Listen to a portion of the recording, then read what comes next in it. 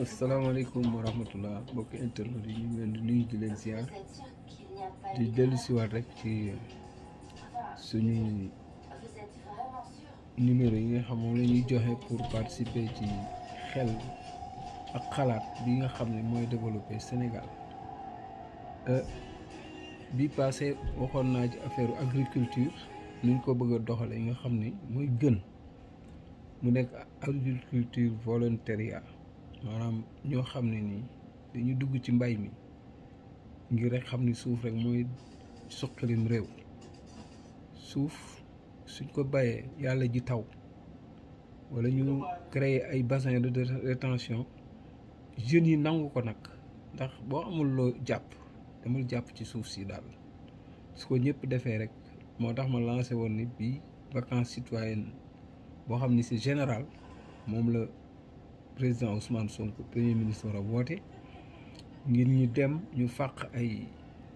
hectares ci région yëpp ñu bàyyandoo ñun ñëpp ci année bii nga xam ni année de bénévolat la ñu fa jëlee ñun Sénégal ñoo ko moom ñëpp bokk ko ñu def yóbbu ko ci usine de transformation yi nga xam moom lañ bëgg a taxawal def ay boutique de référence su ko defee ñu jaay ko ci prix yomb loo xam ne ni da nekk départ su ko defee ñu organiser mbay mi ba nga xamante ni toolu buur day faluwaat toolu buur mooy état bi ci boppam mooy créer ay tooli boppam yoo xam ne nii jeunes yi la koy ubbil mais mu def organisation boo xam ne képp koo xam ni volontaire nga pour dugg tooli buur ñu jël la en formation comme sous forme militaire lay doon parce que genre camp lay doon ñu defal la FIC d'abord militaire nga am jikko joo xam ne jikkoy soldat la mais aussi ñu jàngal la nuy bayee ak nga am xam-xam ci mbay buñ la fa téyee 2 ans yàlla dina fekk nga def ki ñi xam mën nañ bëgg a dem génn bayal demal seen bopp ñu former leen ni groupe GIE financé leen ñu bay ay terre di jaay ñi nga xam bëgg nañ continuer encore ci toolu buur ñooñu mel ni si dans l'armée dañ naan rengagé nañ leen def nañ 2 ans ñooñu nag OTA bu wutal leen salaire ñu continuer di mbay mi nga xam ne moom la ñuy wax toolu buur su ko defee luñ fa jëlee transformé ko dugal ko ci boutique de référence yi moo taxoon kon bi ma jugee ci éducation agriculture léegi ci santé laa bëgg a dem moo tax ñu ni les Sénégalais négligent la prévention car peu de personnes pratiquent le sport maintien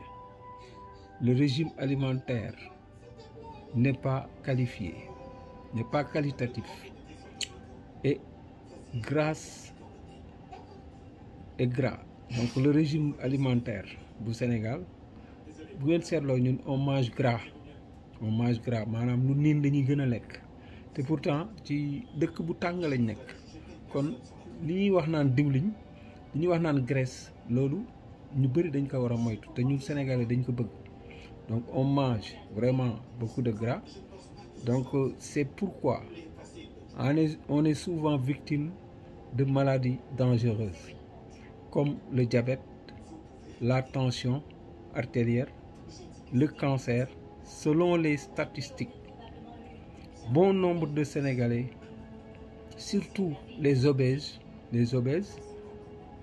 sont tués par des accidents vasculaires cérébraux. Cela est dû en majeure partie de l'importation des aliments généralement générateurs de maladies. Donc foofu maa ngi wax ni ñi nga xam ni yàlla dafa def dañu am yaram ñooñu ñoo war a gën a moytu lu niin ndax dafa leen di jox ay accident cérébral mooy comme AVC yooyu parce que grâce ba pare moo tax ma ne sport tey war nañ ko dundalaat bu baax ci Sénégal gën a motiver nit ñi ñuy def sport ñuy tàggal seen yaram ñi war a dox di dox ñi war a dem ci salle yi def ay salle de yu baax nit ñi daal fonk sport tàggat yaram ndax daf ciy baax loolu mooy gën mais aussi importation bi ñuy def ci parce que presque suñu plus de 70% ci lu ñuy lekk day jóge extérieur donc loolu rek lekk la gu wóorul boo xam ne adopté wuñu parce que yàlla bi muy bind ku ci ne fa nga juddoo fa nga màggee foofu la sa lekk ne moo tax ñu ne bay dunde moo gën li nga lekk loo xam ne ñu ngi koy bay ci dëkk bi yooyu yëpp nag moo causé feebar yi nga xam ne moom la Sénégalais yi am. À cet effet, une politique de sécurité alimentaire devrait être posée en favorisant la consommation des produits locaux, notamment le riz de la vallée et le riz plateau, qui est une nouvelle variété, peut être cultivée dans plusieurs localités du Sénégal. Le mil et le maïs, même le pain peut être pâtissé à base de ces produits cités, dont des expériences aux transformations sont déjà démontrées par des experts. Donc dañuy wax naan ceebu mbay mi dañ ko war a gën a defar ba nga xam ni transformation bi day rafet, ñu commencé di ko kii, ndax am na ceeb boo xam ne ci suuf lañ koy bay comme Richard Toll, am na ceeb boo xam boo demee Saalum tey am na côté boo xam mën nga fa bay ceeb bi taxaw, nga xam ni Casamance aussi day bay ceeb bi nga xam ne mu ngi ci suuf comme sauce. ñuy yi nga xam mën nañ fa def ceeb, ñu def ceeb bañ koo importer yi, suñ koy fexee ba sénégalais di ko lekk moo gën ci ñun fuuf que ceeb bi nga xam ne dañ koy jëlee extérieur di ko dugal ci kii bi. état yi nag lu taxoon ñuy importer du dara lu dul taxe yi ci am bu wàccee port, loolu rek la pour duufal seen gafaga, alors que bu lii amoon dafay nekk loo xam ne donte ci biir dëkk bi lañ koy jaay, ñi koy bay am xaalis, te état bi dina mën a def tout pour que dund gi wàññeeku, kon soxlaatul di jël ay taxes yoo xam ci importation la ci lekk pour di fay ay fonctionnaire am. Fekk am nañ beneen moyen boo xam ne système boo xam ne moom lañ impôt, nga xam ni ñoom Bassirou Diomaye Faye président bi ak Sonko ñoom loolooy seen liggéey, xam nañ ko, loolu rek mën nañ ci liggéey loo xam mën na fay fonctionnaire. kon wàllum lekk daal waratuñ ci basé wu ci di comme ni ko gars yi daan def pour mën ci am ay taxes yu ñuy jël di ko defar seen gafa, te gafa gi nag bu ci duggee moom la ñuy wax naa dañuy jaawale seen poche ak gafa goo xam ne nii mooy population bi nga xam ñoo ko moom. donc loolu mooy li nga xam lu am solo la, surtout ci ceeb. te bari nañu yokk mbayum dugub dañ ko war a, parce que gerte gi moo nëbb dugub bi, parce que gerte bi dañ ko def ci système commercial di ko jaay pour bu ñu jaayee Sonacos jaay chinois yi foofu nag xaalis bi ñuy jot ñoom baykat yi moo tax ñu fàtte dugub di bay ceeb, fekk dugub bi ak mboq mi lu jara di dundal la, parce que moo ëpp sax njariñ gerte gi nga xam ni donte baax na ndax mën nañ ci defar diwliñ. alors loolu lu am solo la, lu mën a bàyyi xel. En outre, la fréquentation des personnes malades dans les hôpitaux demande un moyen financier pour accéder aux soins. Il y a combien de malades qui meurent par manque d'argent parce que les districts sanitaires ne prennent en charge que ceux qui payent d'avance. Vous avez vu, xam nga boo gisee ma wax ci wàllu lekk gi dugal ko ci santé, les maladies métaboliques mooy gis nga feebar yu bari lekk a koy indi, ci lekk lañ koy jëlee. ba tax na kon lekk gi nag bu fekkente ni lekkoo li nga war a lekk,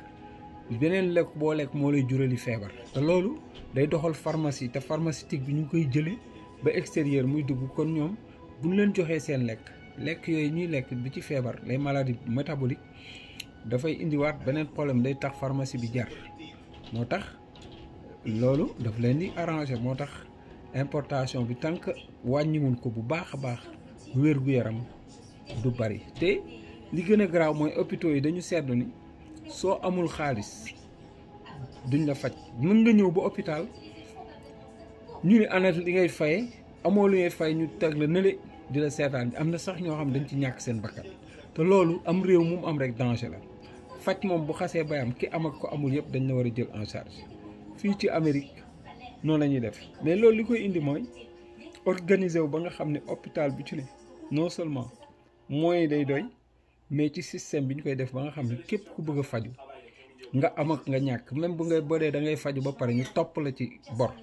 moo gën bañ a faj nit ki ba mu faat bakkanam. te loolu bari na Sénégal. ñun ñi ay sapeur lañ daan nañ jël benn malade yóbbu ko, suñ te malade bi bu amul accompagnant da ngay gis ñu ñuy doxloo ay hôpital, da ngay dem hôpital principal ñun la noo fii amul place, fekk ñi koy wax du dëgg de, mais dañoo xam ne malade bi amul ku ko fayal, ñu demati Dantec même chose, ñu dem Grand Yoff même chose. Finalement am na si malade yoo xam sax ci biir ambulance bi la ñuy décédé ñàkkee seen bakkan. Pour cela il faut une organisation générale de mutuelle de santé avec surtout la participation du secteur informel. Ainsi, il est très important de souligner la manière insupportable du travail que certains acteurs persistent dans l'exercice de leurs fonctions. Il suffit d'être un patient pour le sentir, car on distingue même des médecins qui rejoignent leur poste à 12 heures, vers 13 heures, ou s'absentent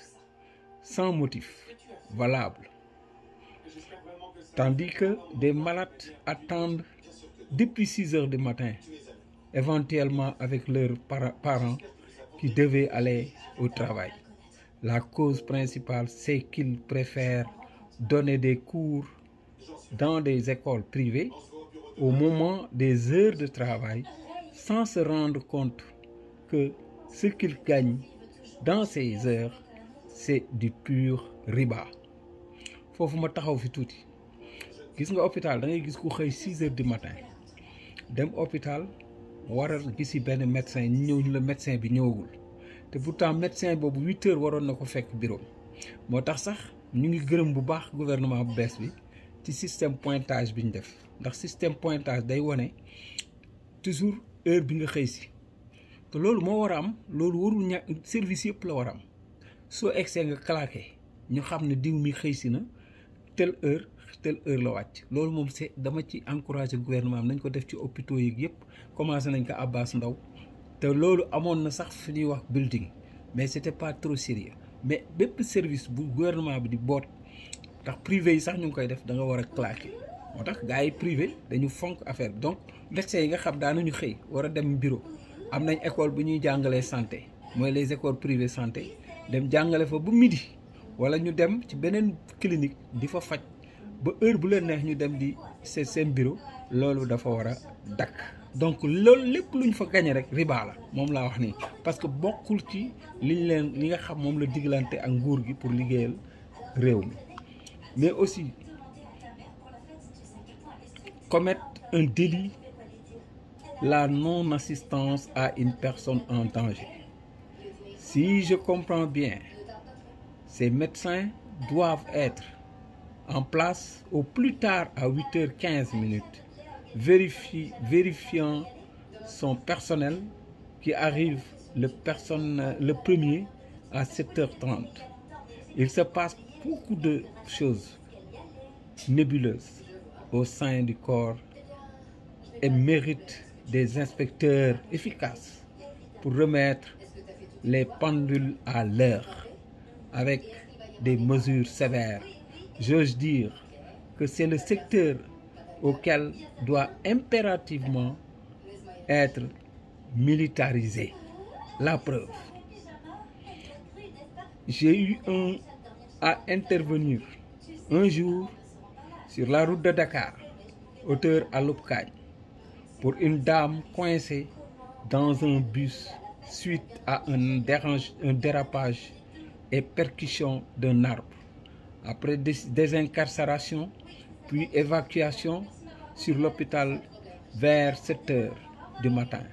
un jour férié même. Arrivé à l'accueil, trouvant que des bénévoles, la victime rendue l'âme. 1 heure de temps après et à l'absence d'un médecin assurant la permanence chez lui. Donc, au lieu que médecin boobu nekk ci permanence la woon parce que jour férié la woon moom mu ngi nekk këram ba sax malade boobu ñu indi woon koo xam accidenté la ci bus femme bi dañ ko indi mais noonu lañ ko xoolee di ko xool naan médecin bi ñëwul nekk fi ba femme bi foofu la ñàkk bakkanam. loolu maa ko témoigné man en tant que sapeur pompier si Alupkaañ. Ce qui veut dire nous avons un état passif. Je pense qu'il faut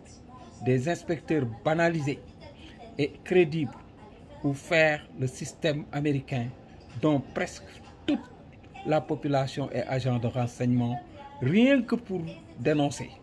les mauvaises pratiques avant de procéder à la militarisation des services. foofu dinaa fi taxawaat wax ni gis nga réew suñu bëggee mu baax dafay am système de renseignement bu efficace maanaam dénonciation bu amee ci réew mi rek ñu bëri dinañ ragal def dara comme par exemple benn cellule de renseignement interne war nañ ko mën a créer loolu domaine boobu ci laa liggéey affaire renseignement mais cellule de renseignement boobu buñ ko créé woon xam nga renseignements généraux ñoom ñoo res li nga xam ni les plus hauts renseignements yi nga xam mooy am ba extérieur ñoom beneen cas la mais cellule de renseignement interne bi may wax su ko état bi créé woon ay nit la yoo xam ni ils sont formés dans le renseignement ñu jël leen uniquement ñi nga xam ni ils seront en rapport avec l'OFNAC, ils seront en rapport avec le ministre du Travail, ils seront en rapport avec la justice. Que ñooñu dañ leen di former ñuy tasaaroo ci Sénégal des fois ñu sol dugg ci benn hôpital wala dugg ci beneen service nga xam ne ay gars yu seetloo la rek la fay xew nga xam ne ñooñu bu ñu luñ fa gis rek dañ ko mën a transmettre ba mu jot ko ki ko war a jot l'autorité compétente bu dee OFNAC foo xam dañ fay comme li ñuy def ci mairie nga dem mel ni luy nekk client di xool naka la mairie di liggéeyee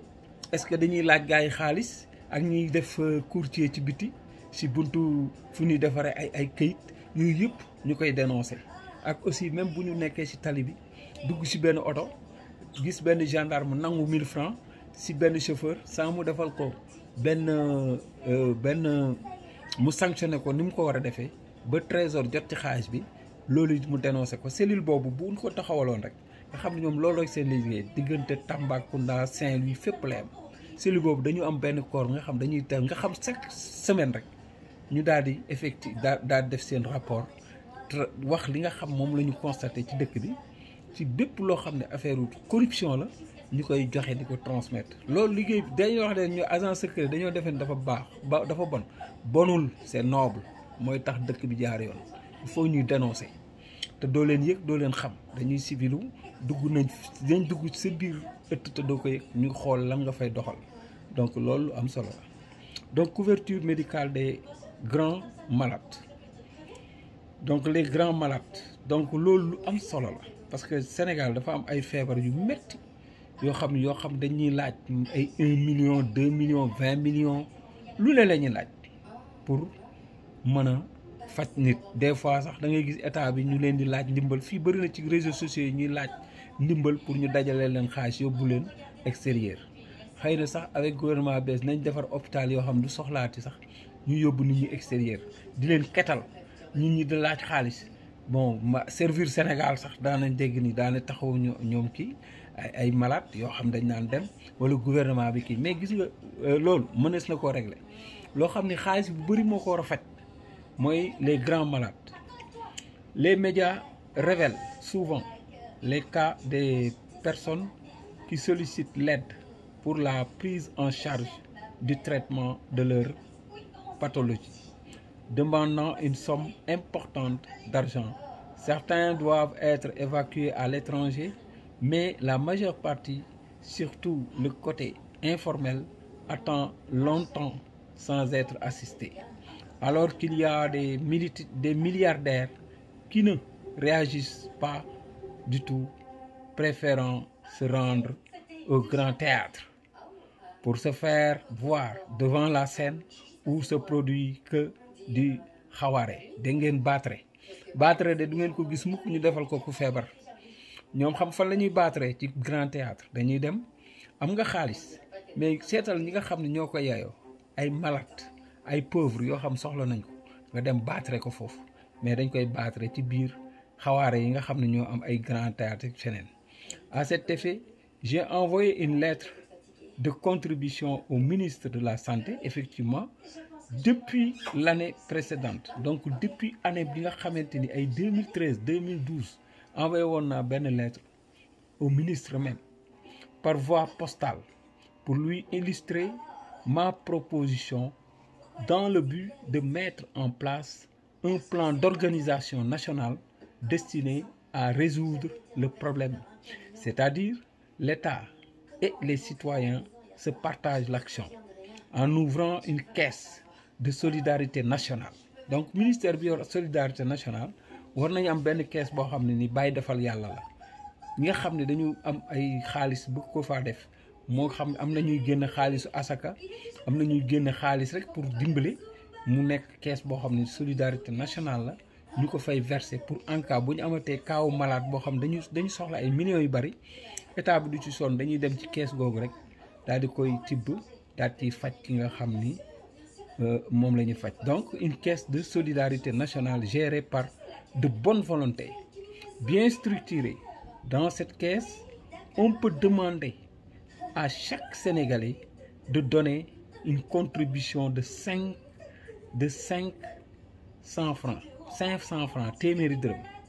sénégalais bu ci nekk boo xam ne mën nga ko te mën koo def te bëgg ko